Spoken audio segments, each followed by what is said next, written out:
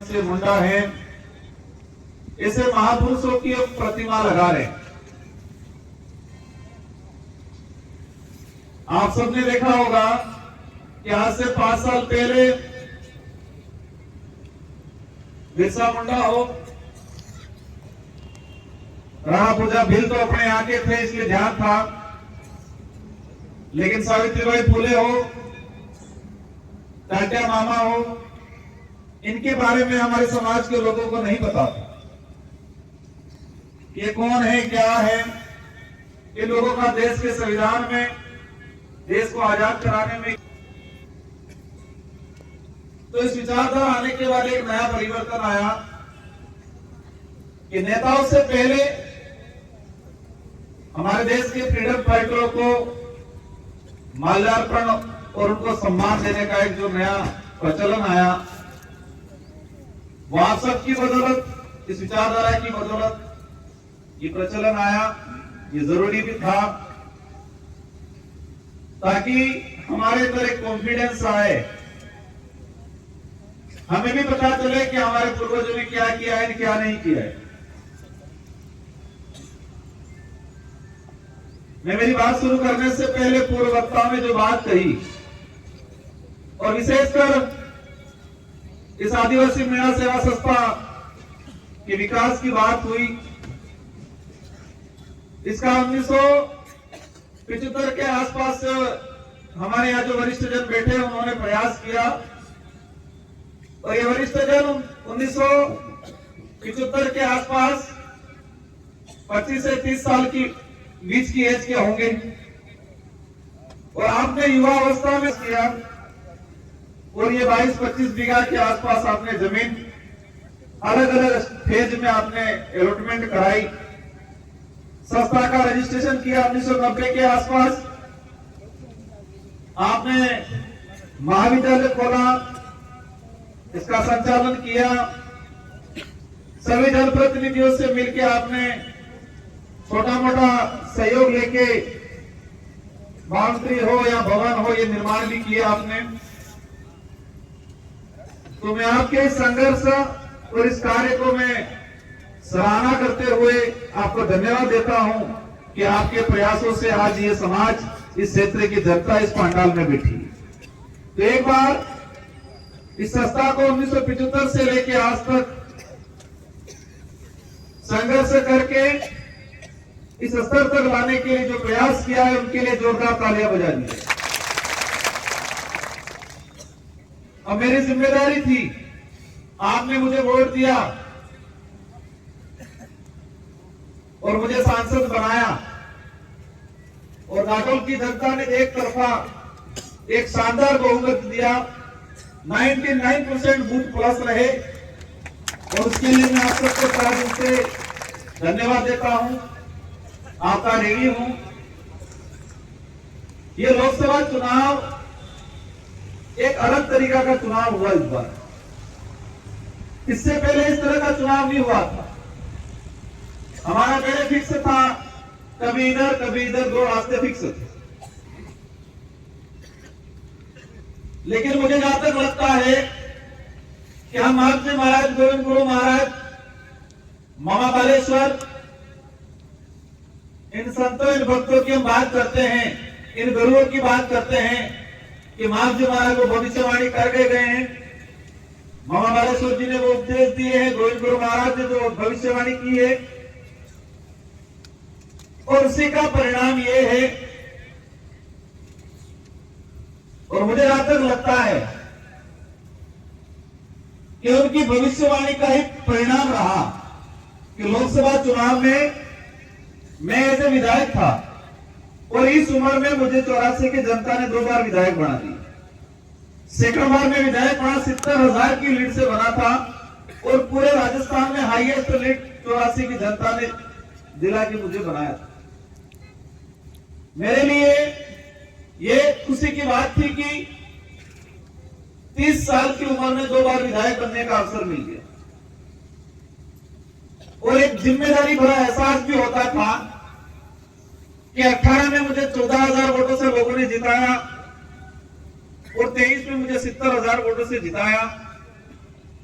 तो एक जिम्मेदारी बड़ा एहसास हो रहा था, अंदर डर भी सता रहा था कि मैं कैसे निभाऊंगा, इस बार कितना अच्छा और काम करूं, जितना लोगों ने मुझे विश्वास जताया है उस अनुरूप मैं मेहनत करूं।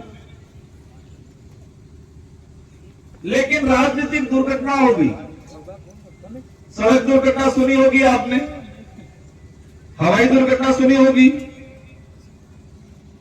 सड़क दुर्घटना होती है, हवाई दुर्घटना होती है, लेकिन एक राजनीतिक दुर्घटना होगी। और राजनीतिक दुर्घटना में वो कहते हैं कि कहां से कौन कहां चला गया पता नहीं चला, उसको राजनीतिक दुर्घटना कहते हैं, एक्सीडेंट। और उस एक्सीडेंट की वजह से आपने लगा कि नया वर्जन लाना पड़ेगा, और नए वर्जन के रूप में आप सबने कहा कि राजकुमार जी को खड़ा करो वापस।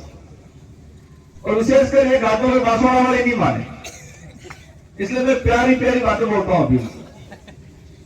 सबने कहा धीरे से आके, मैंने कहा कि भाई मुझे नहीं बनना है, क्योंकि मैं अभी विधायक बना 3 महीने हुए ना, राजकुमार जी को खड़ा करना पड़ेगा।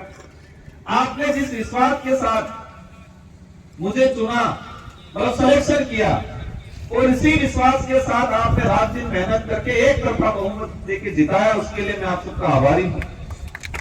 मेरा प्रयास रहेगा, मैं ये तो नहीं कहूंगा कि मैं सबका सब कुछ कर दूंगा, घाटों के सारे कमाएंगे सारे कर दूंगा, ये मैं नहीं कहूंगा, लेकिन मैं प्रयास जरूर करूंगा कि जितना हो सके इतना बेहतर करने के लिए इस क्षेत्र का विकास हो, इस क्षेत्र की समस्या हो जो लोकसभा में उठानी पड़े, केंद्र सरकार तक पहुंचानी पड़े, और ये विपक्ष की भूमिका निभाते हुए सरकार को जगाने का काम जरूर करेंगे, और इतिहास के पन्नों में दर्ज कराएंगे कि 2024 का लोकसभा चुनाव जो हुआ था, 1952 से लेके 2024 तक हमारे पूर्व भी कई सांसद महोदय गए, मैं सभी का मान सम्मान करता हूं, लेकिन जिस आशा और उम्मीद से आपने मुझे चुना, इस आशा और उम्मीद से शायद किसी और को नहीं चुना होगा, क्योंकि अपन को पहले लगता था हाँ वोट आलो से, लेकिन जिस उत्साह के साथ, जिस जुनून के साथ इस बार आपने जो मतदान किया, तो मैं इतिहास के पन्नों में जरूर दर्ज कराऊंगा कि जो बातें, जो काम 1952 से 2024 तक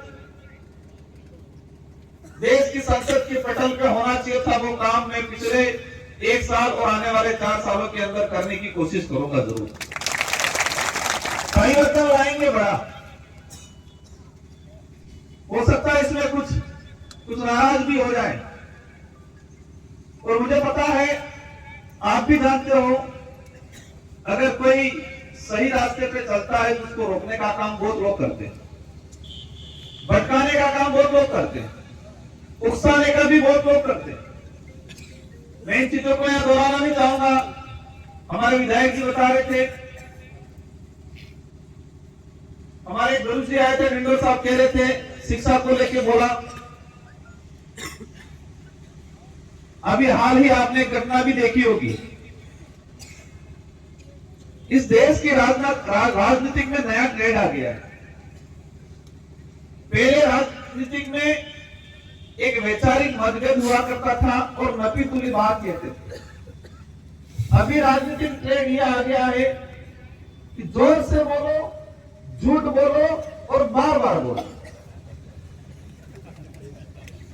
और ये ट्रेंड कौन लाया है, कैसे चल रहा है, आपने देख रहे होगा, आप देख रहे हो, क्योंकि हर मदद बेरोटा खाए, जो बेरोटा खाएगी हमस भी राखी। मैं समझता हूं कि उकसावे में कौन आता है, युवा आता है। उकसाने का काम कौन करता है, या उतावलापन कौन करता है, युवा करता है। जोश में कौन आता है, युवा आता है। लेकिन पता नहीं वो मेरे अंदर युवापन चला गया था क्या मालूम, लेकिन मुझे ना जोश आया, ना मैं किसी के उकसावे में आया, ना मैंने कोई जल्दीबाजी। मैंने मुसीबतों से भागने की जरूर कोशिश की, मैंने मुसीबतों से भागने की जरूर कोशिश की, क्योंकि मुझे पता था कि वो मेरे से लपटेंगे और उनकी चेन ऐसी बनी हुई है, उनके लोगों को ट्रेनिंग ऐसी दी है कि जोर से बोलो, झूठ बोलो, बार बार बोलो, और हमारा बापा दादा कहेगा चलो तो डोहो तो पण हाथ छोड़ो तू मुड़े मुड़े करता था तो पण एम नहीं करવું પડતું। तो मैंने कोशिश किया, और ये ताकत ये आप लोगों की वजह से आई है। मेरे अंदर जो ताकत आई है, मेरे अंदर जो क्षमता आई है, मेरे अंदर जो समझ आई है, वो आप लोगों की मेहरबानी, क्योंकि मैं आपका मेरे एक केंद्र बिंदु बना हुआ हूं। आप सभी की आशा उम्मीद, आप सभी के सवाल जवाब मेरी तरफ रहते हैं, तो मैं अपने आप को आप सबकी तरफ से खड़ा हुआ महसूस करता हूं। मैं अपने आप को आप सबकी तरफ से खड़ा हुआ महसूस करता हूं। मैंने कुछ भी नहीं किया, मैंने कुछ भी नहीं किया। હું હવે કેવી જો રાવત સાહેબ તમે મોકલા કરો, રાવત સાહેબ હું કઈ તુને તું બોલા મેરે को તું બોલા, मैं કે જો કે સરપડા સાહેબ તમે હું કરવા દો બરાબર આવજો, તો સરપડા સાહેબ બોલते नो कहीं मेरे को तू बोला, मेरे को तू बोला। अरे मैं तने तू कहा, मैंने तू कहा ही नहीं। तो इन चीजों को चर्चा करके अपना समय व्यर्थ में जाने का काम नहीं करें, लेकिन ये चर्चा निकल गई। तो मेरा आप सभी से अनुरोध है कि इस बात को कहने का अर्थ ये था, तात्पर्य ये था कि आप सभी के अंदर भी वो चीज होनी चाहिए।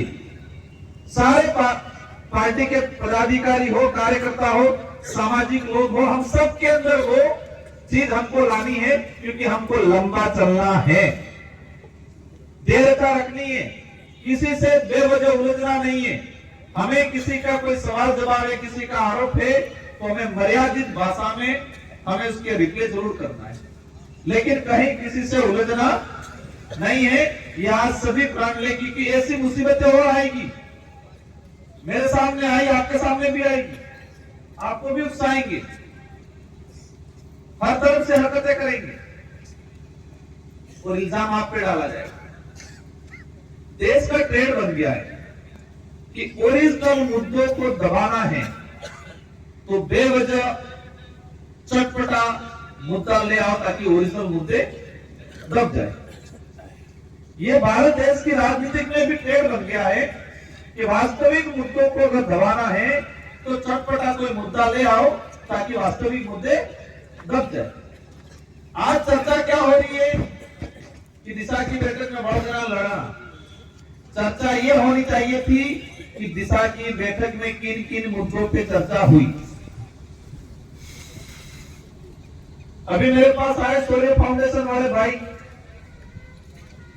जिनको ठगा गया, मेरे पास आए अभी दिया कि रोजगार गारंटी के तहत काम नहीं मिल रहा है, मुद्दा वो था। हमने एक चीज कही थी कि सरकार 100 से 125 दिन कर रही है, लेकिन सरकार ये बता दे कि इस एक साल के अंदर 100 दिन कितने लोगों को दिया। हम कह रहे हैं, सरकार कह रही है कि 100 दिन से 125 दिन कर दिया। तो मैंने पूछा कि इस एक साल में आपकी सरकार थी तो 100 दिन कितना लोगों को दिया। 3 लाख जो का डूंगरपुर में, और 100 दिन पूरा कर रखा जाए 2800, 1% लोगों के, वो भी किसके, जिसका कैपिटल सेट था और पीएम आवास था, वो हुए। तो ये देश की सच्चाई को समझने की जरूरत है। आज हम कह रहे हैं, अशोक भाई कह रहे थे कि बोला टायर में पेंसर काढ़ी के एम होनो काढ़ी का अगले खबर नहीं पड़े। अरावली को लेकर चर्चा चली।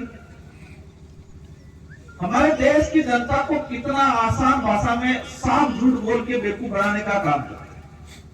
अरावली का प्रकरण 20 नवंबर 2025 को सुप्रीम कोर्ट ने सुनवाई की सरकार की सिफारिश पे। तो सरकार ने जो सिफारिश बना के, जो एक नियमावली बना के दी, अरावली की परिभाषा क्या है उसको मान लिया और फैसला दिया। मेरी जानकारी में लगभग ये 28 नवंबर के आसपास आया, और मैं लोकसभा चल ही रहा था। 3 से 4 दिसंबर से मैंने लोकसभा में इसको लगाने का प्रयास किया और 16 नवंबर को शायद मैंने लोकसभा में, और आप सबकी बदौलत अरावली प्रकरण को पहली बार देश के सामने लाने का काम आपके सांसद राजकुमार रोज ने किया लोकसभा के। इसके बाद देश के सारे लोगों को, सारे पार्टियों को पता चला। माहौल चला। कुछ दिन बाद सरकार के कुछ लोग क्या कहते हैं कि सरकार ने आदेश कर दिया है कि अरावली में किसी भी प्रकार की नई लीज जारी नहीं करेंगे, रोक लगा दी पूर्ण रूप से।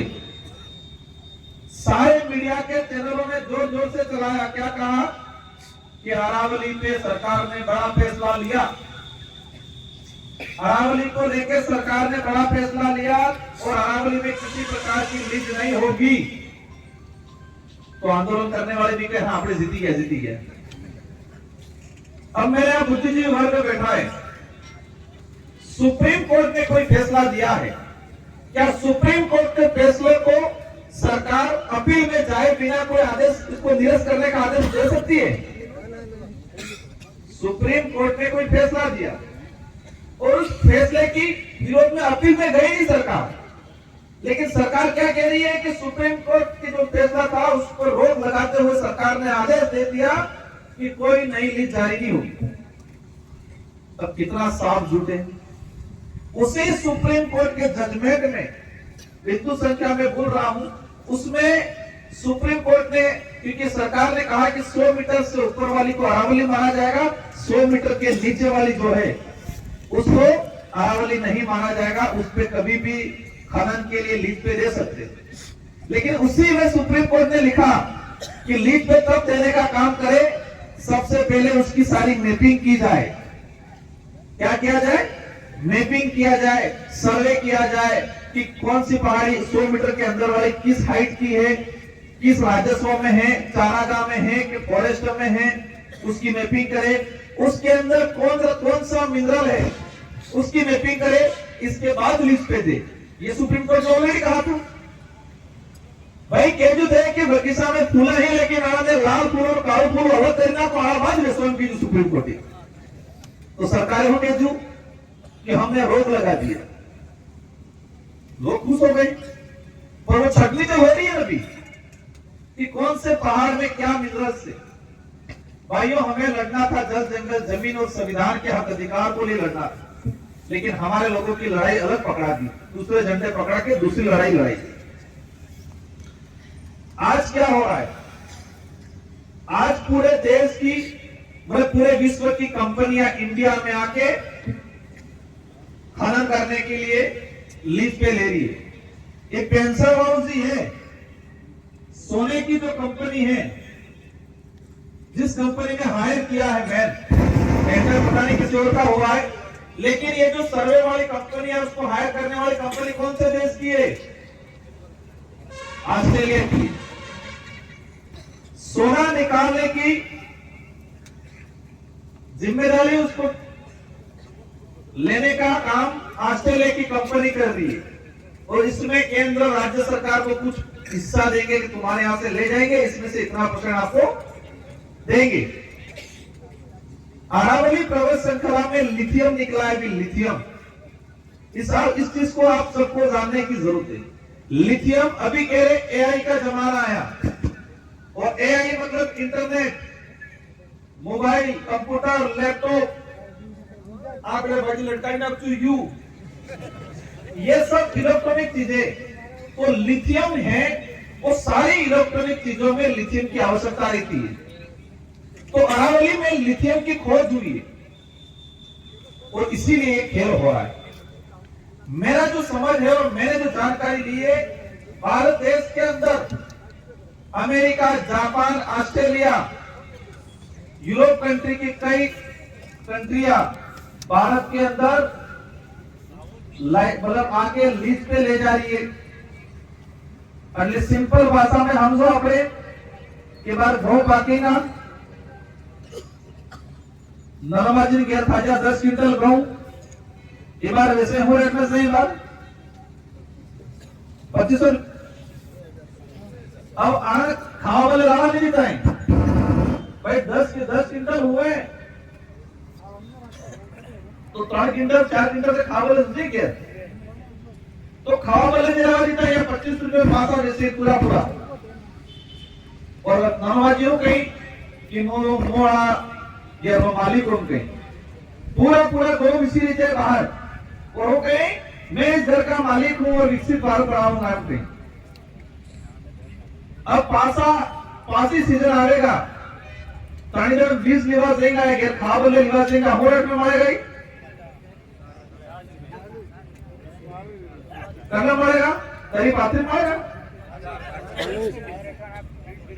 40 में बारे में डालो मतलब अभी हम रिजर्व नहीं रख रहे हैं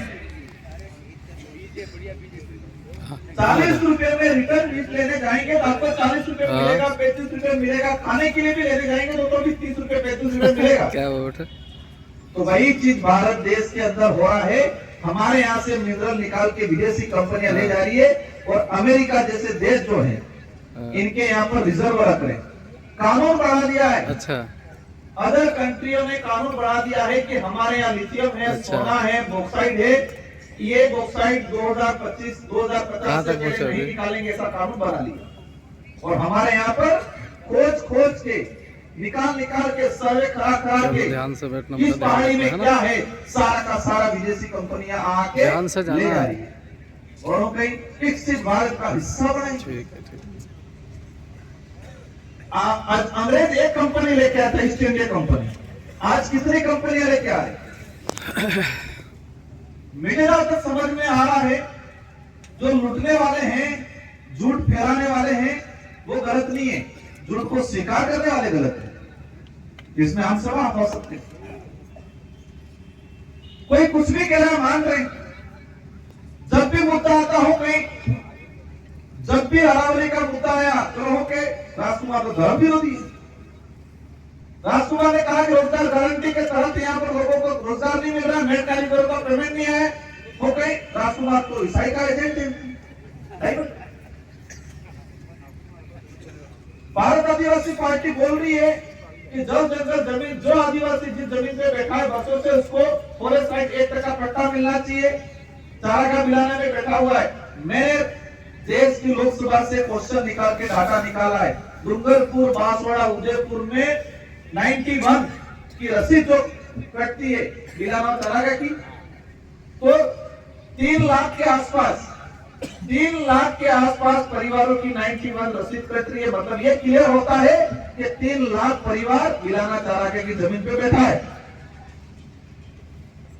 अब ये बात करते हो गए राजकुमार तो धर्म विरोधी है, धर्म की रक्षा करनी पड़ेगी। भाई काले वो तो जगानी बात करो और तो काले में हम उसको नहीं, जिस जमीन पे बैठा है उसका पट्टा नहीं है पर झंडो बिजा भाई इन्हीं रक्षा भाई जगाते पहले करो तो वो समझ हमने विकसित करने का काम करना है। सही क्या कह रहा, मैं कई बार कहता हूं कि राजकुमार रोज भी कहे तो उसको सीधे नहीं मानना है, कितना सही कह रहा है कितना गलत कह रहा है उसका चेक करना है, क्योंकि दिमाग पंखा भी है। मैंने जो कह दिया वो नहीं मानना है, कितनी सच्चाई है वो भी परखना है, हर नेता का परखना है। ये जब तक नहीं लाएंगे हमारे एरिया को लूटने से नहीं बचा सकते, हमारे एरिया के साथ ठगा जाएगा। आज खलबली मच गई है कि ये सबका बुरी जनता थी, ये एकदम मतलब जो जागरूक हो रहा है वो बनवा सिलते, जो युवा रिजर्वेशन की बात करता है, जो युवा रोजगार की बात करता है, क्या कहते हैं वो भटक गया है। जो कर्मचारी कानून की बात करेगा, जो कर्मचारी अच्छे पढ़ाने की बात करेगा, जो पुलिस कर्मचारी नियम के अनुसार काम करेगा, कहेंगे ये तो बात पढ़ा है। मैं देख रहा हूं कई राजस्व के अधिकारी हैं, पुलिस डिपार्टमेंट के अधिकारी हैं, एजुकेशन के अधिकारी हैं, नियम के अनुसार गरीब के लिए काम करता है, गलत का साथ नहीं देता है, या हेत्ता लेटर लेकिन आ रही ये कर्मचारी बाप का है उसको हटाओ। मतलब जो नियम के लिए काम करेगा, गरीब के लिए काम करेगा वो बाप ना। तो कुल मिला के ये हुआ कि सही बात है भाई, अच्छा आदमी हमारा बुरा तुम्हारा। कई ऐसे कर्मचारी ने बताया राजकुमार जी, हमने आपको कभी वोट नहीं दिया, लेकिन हमने अच्छा काम करने की कोशिश की, सबको हटा दिया बाप का ठप्पा लगा के, तो अब बाप का बनना पड़ेगा। तो साथियों, ये जो चीजें हैं हमें समझना पड़ेगा कौन सही है कौन गलत है। और एक यूरिया वाली बात आपकी थी, अशोक भाई, मैं कौन दो आता था, कौन है कितना किया। मेरे घर में 2013 से यूरिया डीएपी बंद कर रखा है।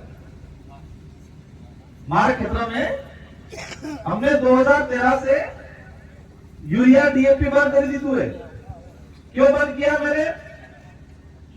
मैं आर्मी टचिंग कैंप में गया था नागालैंड, हमारे मोदी भाई साहब आए थे। मैंने आपकी एसएलआर एलएनजी सब थोड़ी थोड़ी सीखी है।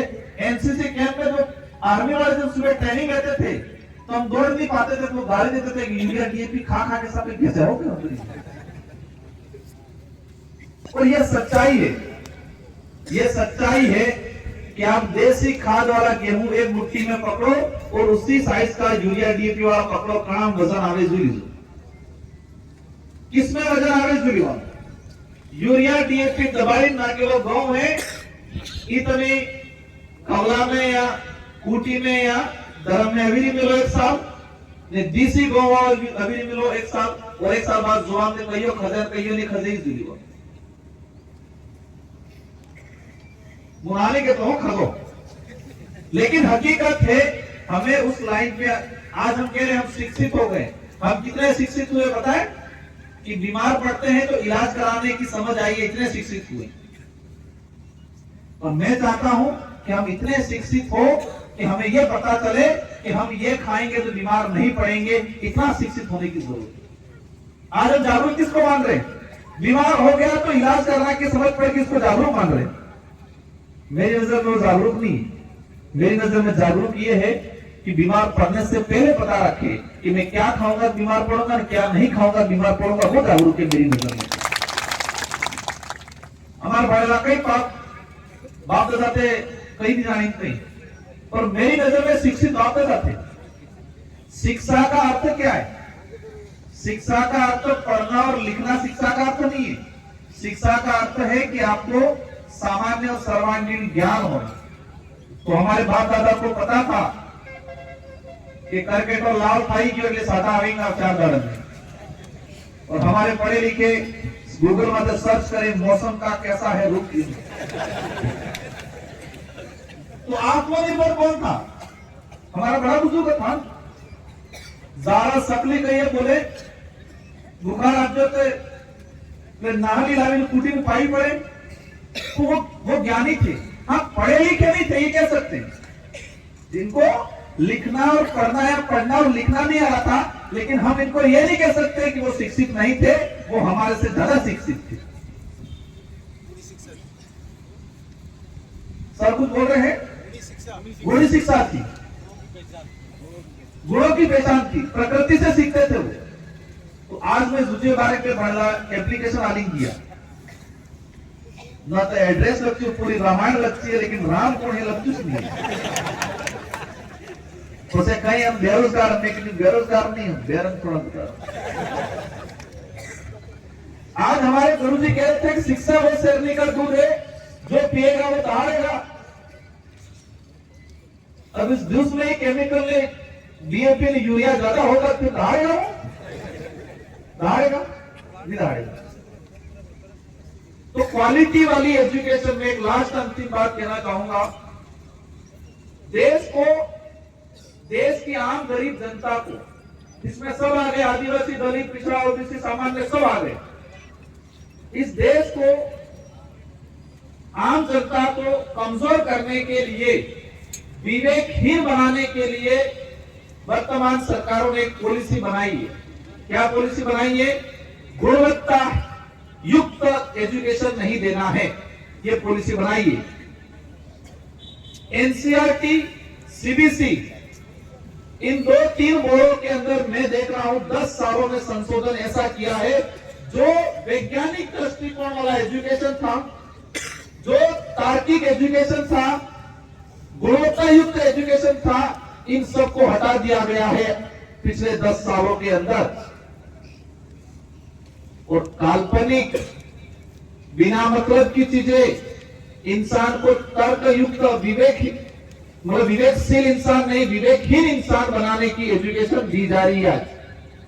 देश के जितने यूनिवर्सिटी है, यूनिवर्सिटी में वो व्याख्याता लग रहा है जो सेटिंग बाज, क्वालिटी वाला नहीं लग रहा है। क्या होगा? इसलिए एजुकेशन 3 प्रकार का है। पहला एजुकेशन पारिवारिक एजुकेशन, सामाजिक एजुकेशन।